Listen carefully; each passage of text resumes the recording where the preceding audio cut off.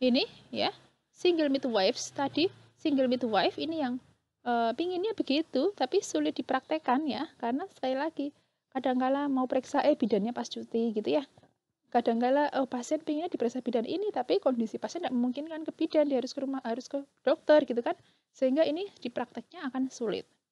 Apalagi ada masalah dengan the traveling nurses problem, jadi bidannya yang berpindah-pindah, perawatnya berpindah-pindah, sehingga ini akan mempengaruhi tadi mempengaruhi pelaksanaan continuity of care. Nah, tapi ini ada hasil penelitian bagus dari Bowers and Mould ya 2014 yang menunjukkan bahwa ibu itu dia lebih senang ya memilih menerima layanan dari bidan yang sama dengan kunjungan sebelumnya. Jadi si Bowers ini meneliti ya terhadap ibu-ibu gitu kan. Dia disediakan 5 bidan.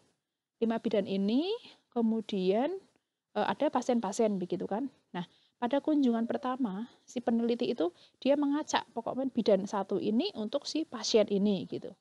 Nah, kunjungan kedua dan berikutnya si pasien awalnya kan si pasien tidak tahu dia mau diasuh sama bidan siapa gitu kan, dia tidak kenal. Ada 5 bidan nih, saya mau dapat asuhan oleh bidan siapa? Awalnya dia manut-manut aja, wong saya tidak kenal semuanya. Ya, terserah saya mau dikasih bidan siapa gitu ya.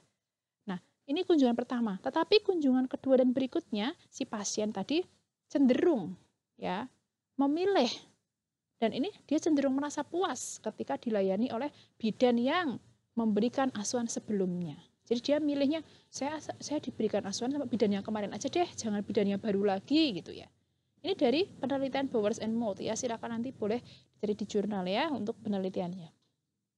Intinya bahwa ternyata continuity of care ini akan meningkatkan kepuasan ibu ya, meningkatkan kepuasan klien sehingga dia lebih, karena puas ya, kalau puas gimana? Puas ya puas gitu maksudnya, lebih berkualitas bagi dia gitu.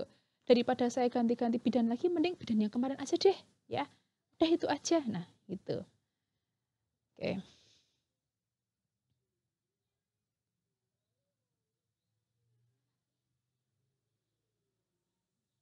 Baik, lanjut ya. Kita bergeser ke berikutnya. Kalau nanti ada yang masih bingung terkait continuity of care, boleh diskusi ya. Gitu. Berikutnya adalah reflektif atau reflection midwifery practice. Ini juga penting ya. Seorang bidan itu harus bisa mempraktekkan ini reflective practice. Apa sih? Ya, reflective practice itu reflect. Reflect itu kan reflektif ya, reflect. Melihat kembali ya. Melihat kembali ya, berkaca. Kalau lihat di sini gambar yang saya berikan itu berkaca gitu ya. Reflection, reflective berkaca ya, mantul gitu ya. Berkaca.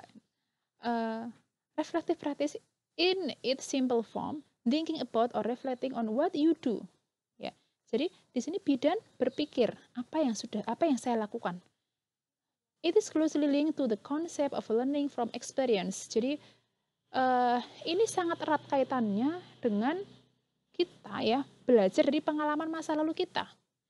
In that you think about what you did, ya. Dalam hal ini kita berpikir tentang apa yang sudah kita lakukan, and what happened, apa yang telah terjadi, and decide from, dan menentukan ya, decide from bukan from that what you will do. Jadi kita menentukan apa yang akan kita lakukan yang berbeda dengan masa yang berbeda ya, do differently next time ya, akan berbeda di kemudian hari ya, di berikutnya. Jadi simpelnya begini, seorang bidan itu ketika berpraktek ya berpikir bahwa saya itu kemarin sudah melakukan apa ya ke pasien ya, atau tadi saya itu melakukan apa ke pasien ya, dan apa yang terjadi ke pasien ya. Nah, kok begitu ya? Nah, saya mikir berarti nanti saya akan melakukan hal yang berbeda pada pasien ya, biar hasilnya lebih bagus. Contoh jadi nanti ada dua ya, reflective in action, on action ya, tapi saya ingin ambil satu contoh aja bis. Contoh bidan di sini sedang menangani kasus pendarahan gitu misalnya, perdarahan. Ini in action ya, reflective in practice ya, sedang praktek gitu ya. Kalau bidan sedang praktek begitu, contoh dia sedang mengalami pendarahan nih, harusnya kan ini pasien sudah di KBI ya, sudah di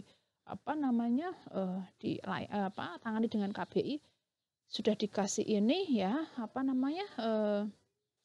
metode ergo misal begitu ya, ada perdarahan ditangani, tapi kok tadi saya sudah melakukan ini, kok ini darahnya masih ngucur. Loh, kenapa ya ini kemungkinannya ya? Dicari tahu, oh berarti kemungkinan ini, saya akan melakukan hal lain untuk menghentikan perdarahan ini. Saya mau KBI. KBI ternyata sambil dia KBI, dievaluasi. Loh, di KBI ternyata kok masih tetap seperti ini. Darahnya tetap si uterusnya tetap enggak kontraksi nih. Ada apa ini? Dicari tahu lagi. Berarti kemungkinan ini nih. Nah, seperti itu. Itu terus berkelanjutan. Itu dalam konteks in practice. Ada juga refleksi yang sifatnya setelah selesai melakukan praktek tindakan. Contohnya ini wes. Tadi ya ASI eksklusif deh contohnya. Contohnya kemarin-kemarin saya sudah melakukan edukasi tentang ASI eksklusif kepada nyonya anak misal. Nah, tapi kok kenyataannya hari ini ya bayi nyonya anak baru usia 3 bulan kok sudah diberikan pisang ya gitu. Kira-kira salah saya apa? Dievaluasi, dipikir lagi. Oh, ternyata kemarin saya memberikan edukasi ASI eksklusifnya hanya ke pasien. Saya tidak melibatkan keluarga. Atau, oh kemarin saya mungkin edukasinya kecepatan, pasien tidak paham.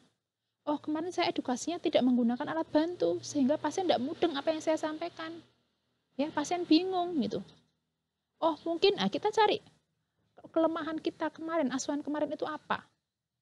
Kemudian kita tentukan, oh berarti besok saya harusnya prakteknya begini-begini. Besok saya penkes ASI eksklusifnya harus libatkan suami, libatkan keluarga. Saya bawa alat edukasi, saya berikan edukasi dengan lebih pelan lagi. Saya berikan edukasi dengan bahasa klien biar dia memahami itu. Gitu. Ya, ini sehingga harapannya asuhan besoknya itu lebih baik lagi daripada asuhan yang kemarin. Bisa difahami? Ya, reflektif. Kita merefleksikan, oh saya kemarin seperti apa, yang terjadi apa, dan besok mau seperti apa. Harapannya esok itu lebih baik daripada kemarin. Ya, begitu. Ini reflective practice yang juga harus dilakukan oleh seorang bidan. Oke, ini siklusnya ya. Siklus dari reflective cycle ini ya. Action plan, rencana tindakan, description-nya, dievaluasi saya kok begini-begini, dianalisis kenapa ya, conclusion, membuat kesimpulan, oh berarti saya itu salahnya di sini misalnya. Nah, action plan lagi, merencanakan tindakan lagi, maka besok saya akan demikian. Ya, begitu. Ini semoga jelas ya untuk reflective practice.